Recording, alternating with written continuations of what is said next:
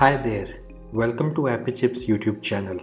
I am Jain and today we will learn how to install this app on Mac using Homebrew, which is also popularly known as simply Brew. But before we get started, let me answer some frequently asked questions first. To start with, what does a package manager like Homebrew does? Well, a package manager lets you install, uninstall or repair apps on your Mac. A package manager is very similar to App Store on macOS or Microsoft Store on Windows operating systems, except that a package manager uses commands that you type on Mac terminal to install or uninstall different programs. Some of the popular package managers for Mac include Homebrew, Nix, and Macports. And if you are coming from a Linux background, you will feel at home with Homebrew, especially if you have used package managers like apt, pacman, yum, etc. on Linux based operating systems. Next up, is it safe to install the Mac apps via Homebrew? Short answer, yes. In fact, Homebrew is the most popular and thus most widely used package manager on macOS. Moreover, Homebrew is a non-profit member of Software Freedom Conservancy Foundation, also known as SFC Foundation. Many other open source projects like Git, BusyBox, Samba, Wine are all part of this Software Freedom Conservancy organization. Also, you might be surprised to know that Homebrew is the most forked project on GitHub and it has the largest number of contributors on its GitHub repository.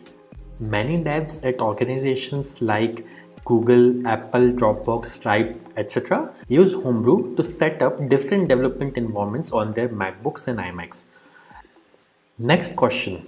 Can you use Homebrew to install programs on Apple Silicon or more popularly known as M1 MacBooks? Again, yes. Starting version 3.0 of Brew, Apple Silicon is now supported on Homebrew. In fact, Homebrew also supports programs that are at the moment only supported via Rosetta 2 on Apple Silicon. Now that I have answered your questions on safety and compatibility of Homebrew, let's get to the installation process. Before we can install anything using Brew, we need to install the package manager itself, that is Homebrew, on your Mac. So let's see now how can we install Brew on Mac. Let me open my Mac here. First, you need to press Command and space on your keyboard. This will open Spotlight Search on your Mac. And then you have to type terminal.app. You will see this terminal app. Simply double click on it to open terminal. Let me maximize this terminal window. Now we need to copy paste the command to install Homebrew from the Brew website. So open your web browser and simply go to the website brew.sh. Once you are on the website, you will see this section called Install Homebrew, which has a command that you can simply copy by clicking on this button over here. Once it is copied, you have to go back to terminal, right click, paste. Now that the command is copy paste over onto this terminal, press enter. This will start Brew installation. Now it is prompting me to enter my user's password on Mac.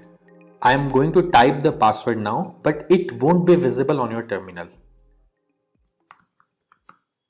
Once you have entered the password, simply press enter, and if the password is correct, the script will continue.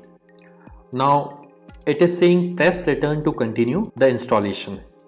I'll press enter here, and this will start the installation of Homebrew on my Mac. Let's wait for this to finish. As this message here says, installation successful. So that's it. Brew is successfully installed on your Mac now. Now before we proceed, I would like to highlight that Brew collects anonymous usage data via Google Analytics. As you can see on this page, if you want to opt out, you can simply run this command brew analytics off and press enter, which simply disables the anonymous usage data collection on your Mac. Now let's update the package database locally by pulling the metadata of the latest packages on a local map from the central brew repository. This should typically take less than a minute to complete depending on your internet connection speed. To do so, simply type the command brew update and press enter. As you can see, my local brew database is already up to date because I just installed brew on my system. Now to install the app, let's run the brew install command. Mind you, if during installation, if you're prompted to enter a password, enter your Mac user's password to continue.